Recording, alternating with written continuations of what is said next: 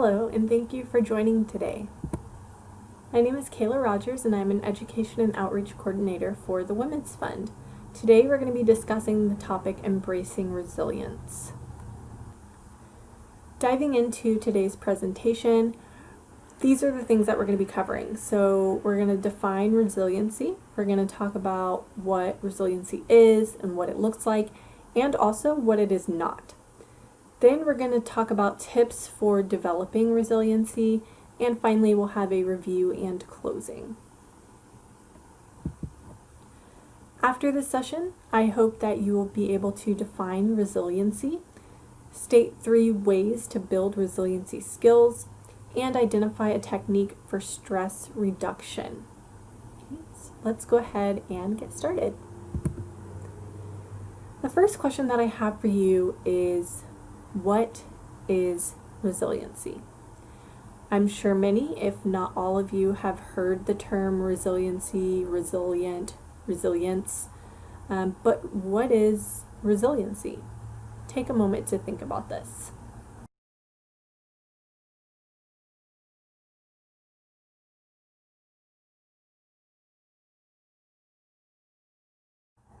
So resiliency is actually something that many of us use often without even realizing that we are using it.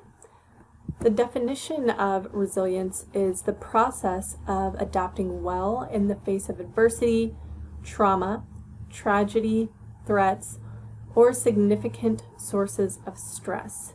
So this could be family or relationship issues, it could be financial stressors, it could be natural disasters such as hurricanes or earthquakes or fires.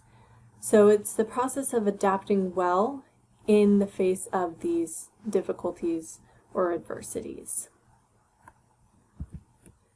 But you may be more familiar with resilience defined in these terms. So facing or overcoming challenges or bouncing back from adversity or difficulty.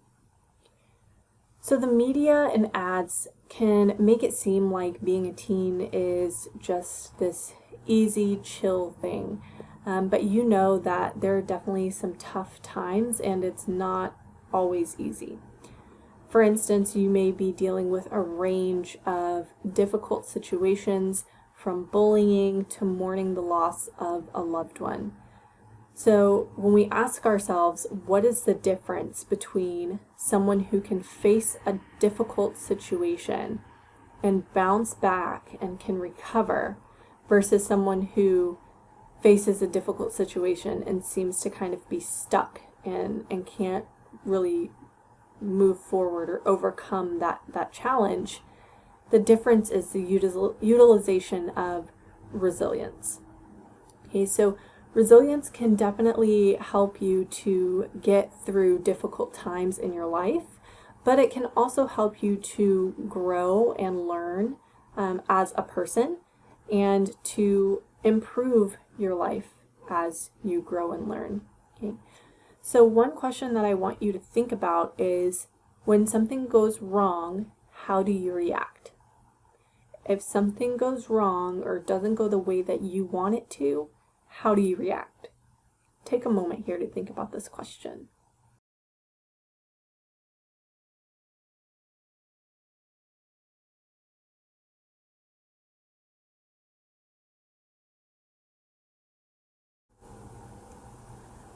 Okay, so we will be discussing this in the upcoming slides, but first I would like to talk to you about things you should know about resilience. So the first is, being a resilient person does not mean that you will never experience difficulty or distress.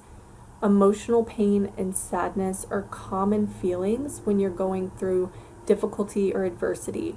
And so just because you may think of yourself as a resilient person doesn't mean that you're never going to have any problems, you're never going to feel stressed, you're never going to have any type of negative emotion, everything's going to come easy to you. That is definitely not what it means. And the second thing is that resilience is a skill, not a trait. Resilience is not something that you're either born with or not. Resilience is definitely a skill, And like other skills, you can craft and develop it. So if you're not a very resilient person right now, or if you don't feel like you're a very resilient person right now, the good thing is that you can work towards becoming a more resilient person.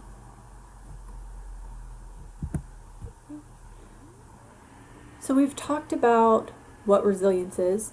We've talked a little about what resilience looks like. Now we're going to talk about what lacking resilience looks like. So if you lack resilience, you may dwell on problems.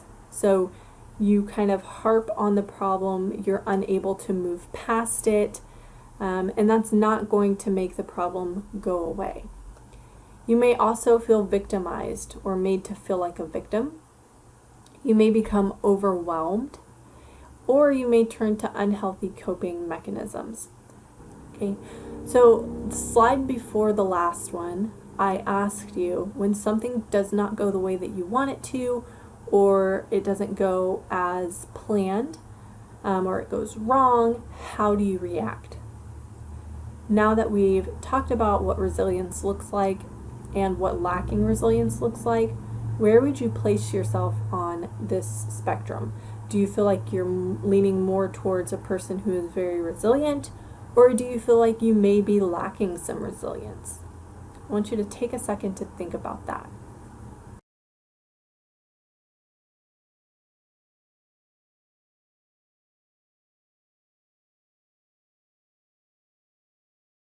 All right, so hopefully we've been able to think of situations in which we were resilient, but I'm sure we can all think of situations in which we lacked resilience. And again, the good thing is that resilience is a skill that you can develop, and so we are going to be talking about developing resilience. But first I want to get into why resilience matters. Okay, why is it even important that I have this skill of resilience, or that I be a resilient person? Well, the first thing is that it keeps you functioning, both physically and psychologically, when you're going through these events or difficulties. Okay. Second, it protects you from various mental health conditions, including depression and anxiety. So it can kind of help protect you from developing these conditions. And it can also offset some of the risk associated with developing these conditions, including bullying and past trauma. And finally, if you do have a mental health condition, it can help you to improve your ability to cope during these hard times. So clearly, being a resilient person is important for our overall health and well-being. Now we're going to talk about how we can build resilience within ourselves. Again, resilience is a skill, so I want you to think about it as a muscle. Building muscle takes time and intentionality, and building resilience is the same. It takes time and intentionality. So we're going to focus on these 4 core components when it comes to building resilience, and that's connection, wellness, purpose, and healthy thinking. The first core component is connections. And so with connections, you really want to work on building strong, positive relationships. You want to prioritize relationships where there is love and trust, where someone serves as a role model, so you look up to them, you admire them, you respect them, and also relationships that offer encouragement and reassurance, both in good times and in bad times. It may be easy to find, someone that you can connect with during good times, but you want to make sure that that person is also there for you and encouraging you during bad or difficult times. So these relationships could be family members, it could be friends, or it could be other people who you feel like support you, such as teachers or counselors who are always encouraging you, reassuring you, and may serve as a role model.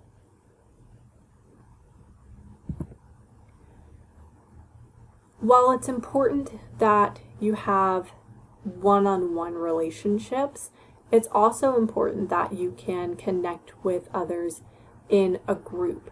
So consider joining a group. It could be a faith-based community if you're a religious person. Maybe there's an opportunity for you to join some kind of faith-based group. Local organizations, civic groups. It could also be a school sports team or a school club in which you have the opportunity to be a part of a group and connect with multiple people. The beautiful thing about being a part of a group is that you're going to have multiple points of support. The next core component is fostering wellness. And with this, I really want to focus on three things. So the first is taking care of your body. The second is practicing mindfulness. And the third is avoiding negative outlets. Okay. So first, taking care of your body. Self-care is so important. And it may seem kind of like a buzzword, but self-care involves more than just facials and painting your nails or massage or shopping or bubble baths, right? Self-care is really about taking time out or setting aside time for yourself to make sure that your body, your mind, your spirit is getting what it needs. Okay, so these other bullets, proper nutrition, ample sleep, and regular exercise, all also fall under self-care. Okay, so with proper nutrition, making sure that you're feeding your body nutritious foods that are fueling you, making you feel good, not making you feel like sluggish or tired, just giving your body the proper nutrition that it needs to be its best. Getting enough sleep, which is probably something that many of you struggle with. I know when I was in high school, sleep was not a priority for me. I felt like I could get a couple hours and then bounce back and be fine. I was more concerned with other things, but as I've gotten older, I've realized just how important sleep is for the body, but also for me to be able to function throughout the day. I really feel like I am so much better and more prepared for the day whenever I have enough sleep. So 8 hours of sleep is the recommended amount of hours you should be getting each night. And then regular exercise, making sure that you're moving your body. And when I say exercise, it can mean so many things. It doesn't have to mean going to the track and running or lifting weights. Those are things that you can do to exercise. But it could also be, hey, I'm going to go dance. I'm going to go dance with my friends, have a little dance party, or I'm going to go for a walk in the evenings, or a bike ride, or I'm going to go rollerblading. I'm going to jump rope. There are so many things that you can do to move your body and be physically active. So these are the things that you should be focusing on when you're taking care of your body. Next is practice mindfulness. So mindfulness is your ability to kind of be in the moment. And journaling can help with that, yoga can help with that, and spiritual practices can help with that. And then finally, avoiding negative outlets. Okay, so when we turn to things like alcohol or drugs to cope with things, it's like really like putting a Band-Aid over a deep wound that needs stitches, right? It's there, but it's not really going to help with anything. And so instead of turning to those things, focusing on things that will actually help. Finding healthy ways to cope is so important, because at the end of the day, you want to make sure that you're actually addressing what it is that needs to be addressed instead of trying to mask over it or avoid it. The next core component is find purpose. So one of the ways that we can find purpose with our lives or ourselves is through helping others. And I think this is a really big one for me, and hopefully you kind of feel the same way. So when you help others, you do get a sense of purpose. You also foster self-worth, so you're going to feel better about yourself. It allows you an opportunity to connect with other people and to tangibly help. And so all of these things can empower you to grow in resilience. So when we help other people, we don't do it because we want to get something out of it. We do it out of the kindness of our hearts. But one of the benefits of that is that we do end up feeling good about ourselves after we're able to help someone out. So helping others is one way that you can find some purpose. Other ways that you can find purpose include being proactive, moving towards your goals, and seeking self-discovery. So with being proactive, again, we do not want to avoid our problems. Sometimes they can seem extremely overwhelming, but it's important that we learn how to address our problems and to be able to bounce back from those problems and move forward. And one way that you can do that is take action. A lot of times with the things that stress us out or the things that don't go the way that we want them to, we focus so much on the things that we cannot change, and instead of thinking on what can I do next, or what control do I have in this situation. The next thing you can do to help find purpose is move towards your goals. So the first thing with goal setting that I like to talk about is setting realistic goals. If you set a goal that is not realistic, it's not attainable, then you're setting yourself up for failure from the start. And then if you don't reach that goal, then you're going to feel really bad about yourself, when in reality, the problem was that the goal was not realistic. So making sure that you're setting realistic goals. And then the second thing is do something regularly. Sometimes we get so swept up in what's going on in our lives that we push our goals to the back burner, and then we take a look and we're like, I haven't done anything to move forward or make progress towards this goal. So do something regularly, even if it's small. A small step forward is still a step forward. And finally, seek self-discovery. So try to find the silver lining in situations. Sometimes it's going to be a lot harder than others, but try to find the silver lining. The next core component is healthy thinking. So when talking about healthy thinking, this first bullet, keep things in perspective. The way that you think can have a significant impact on how you feel and how resilient you are when obstacles come up. And so it's important to identify negative thinking patterns or behaviors that you have. So maybe you tend to catastrophize difficulties, or maybe you kind of think that the world is out to get you. So you want to identify those thinking patterns and then try to replace them with more balanced and realistic thinking patterns. Okay.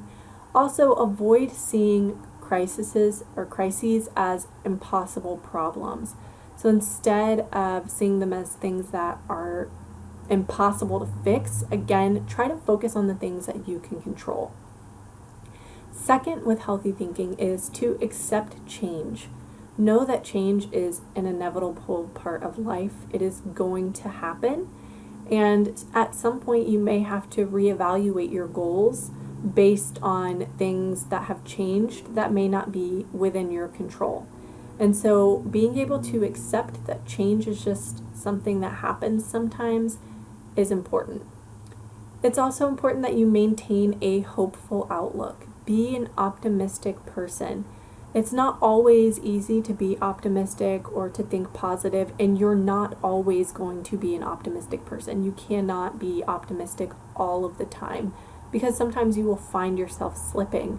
But it's important that overall you maintain a hopeful outlook and that you can catch when you're kind of thinking about things in an extremely negative way and try to find the more positive thing or find that silver lining. And then last, learn from your past.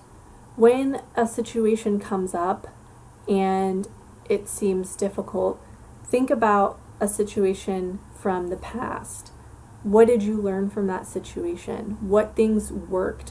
What things or who helped you, right? How were you able to move past that? And what things can you bring from that situation and what you learned into your current situation? In addition to those 4 components, there are some other things that you can do or other factors that you can develop within yourself that are going to help you. So other factors include a positive view of yourself.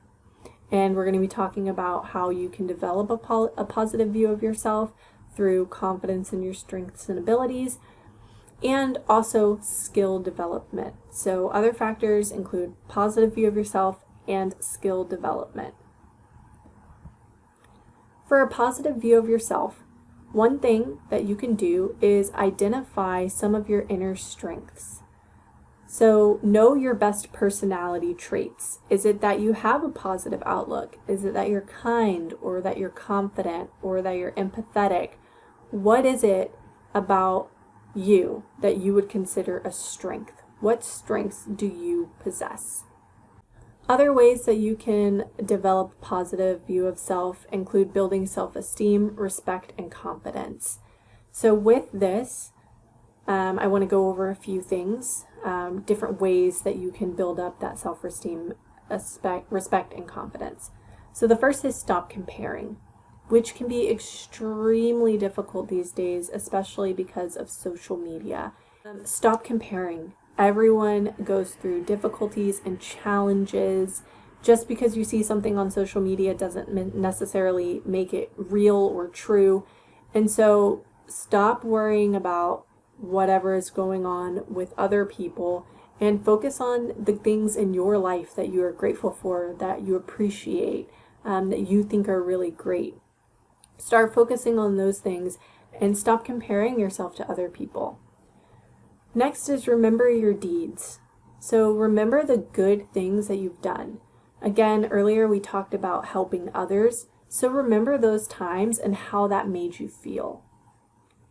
Third is forgive yourself and learn from your mistakes. We're all going to make mistakes at some point in our life, and that is okay. The important thing is that we learn from those mistakes and we move forward. We don't dwell on them or make ourselves feel extremely bad for them forever. We learn from them and we move forward. Next, we can accept our strengths and our weaknesses. So it may be easy for us to accept our strengths, or the things that we're good at, that we like about ourselves. It may be a little more difficult to accept our weaknesses. But it's important that we acknowledge those weaknesses because it gives us a better understanding about who we are. And then finally, surround yourself with positive, healthy people. I like to think that the energy I put out is the energy that I'm going to get in. And so if you've ever noticed, positive people are surrounded by positive people, and negative, mean people surround themselves with negative, mean people. And the second thing that we can do, or other factors that we can develop, are skills. So know skills that you need in challenging situations. If you know that one thing that might help you in a difficult situation is communication, right? Communication is an important skill to have at any point in life, but especially when we're facing adversity or we're in a difficult situation. If you know that, start working on developing your skill whenever things are going well. So that way, whenever you are going through that difficult time and you really need that skill, it's developed. And I want to give you a moment here to think, what are some skills that I could work on that would be helpful in challenging situations? So I'm going to give you a moment.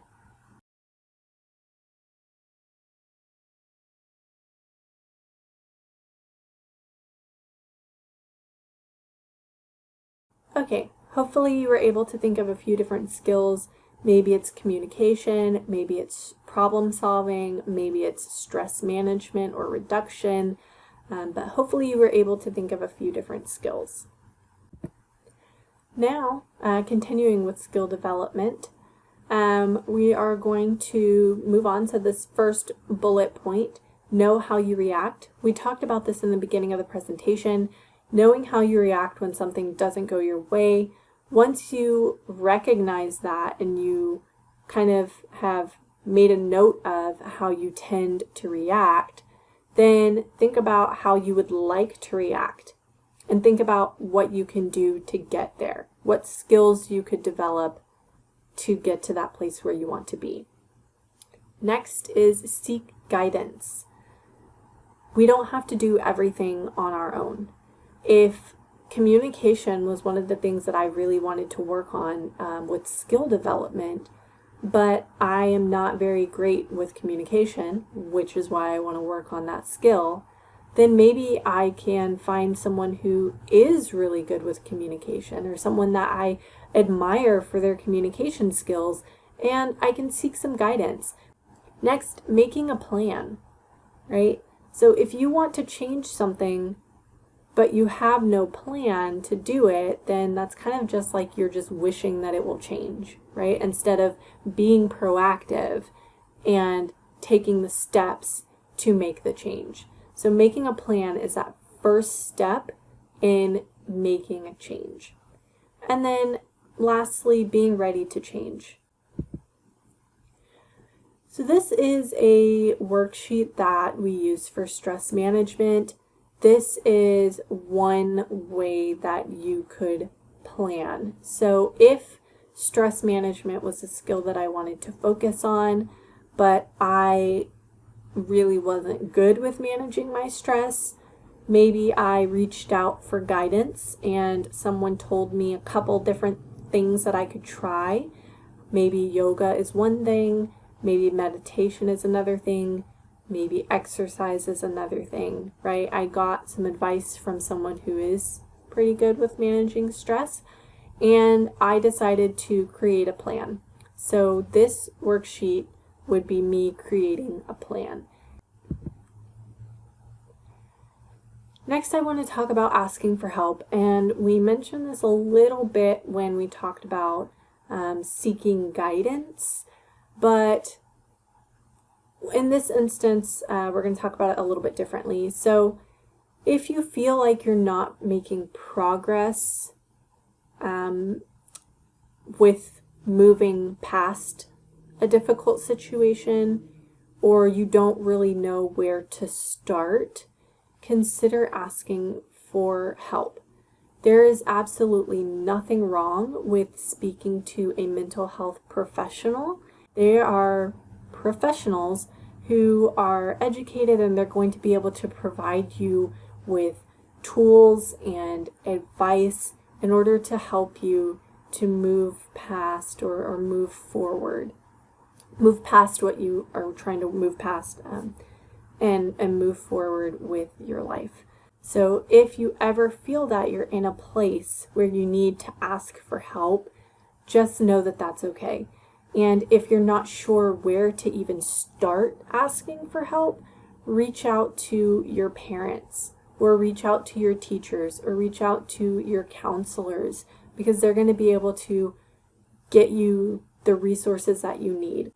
So embrace resiliency. Being a resilient person is not always easy, and developing resilience is not always easy, but it is definitely worth it in order to transform and to grow physically, emotionally, mentally, and spiritually.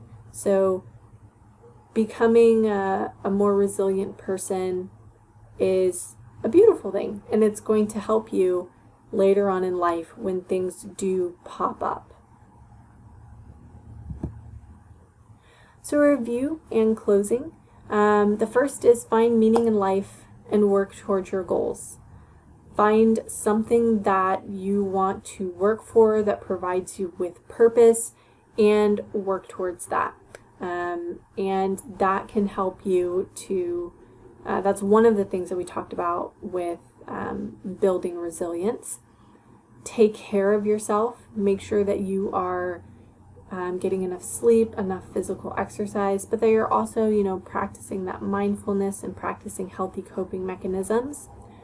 Learn from your experience. So learn from the struggles that you went through in the past, what you learned from those, what you gained from those. Pull from that and use that to help you in situations you may be going through now or future adversity. And then remain hopeful. Work on maintaining a positive outlook. Again, try to change negative thoughts into more positive thoughts to help you to kind of develop a more healthy thinking pattern. Accept and anticipate change. Again, change is inevitable. It's going to happen. So being able to accept that and to maybe work with that instead of letting it just completely kind of drag you down or bring you down. Being proactive, so doing what you can do instead of focusing on things that cannot change or you cannot control. Be proactive about the things that you have some control over. And finally, add to your skills toolbox. So stress management and relaxation techniques are really helpful during difficult situations. Communication is extremely helpful. Problem solving is extremely helpful as well. Okay, so that is the end of our presentation. If you have any questions or comments after this presentation, feel free to email me at healtheducator@thewomensfund.org. Thank you so much and have a great day. Bye.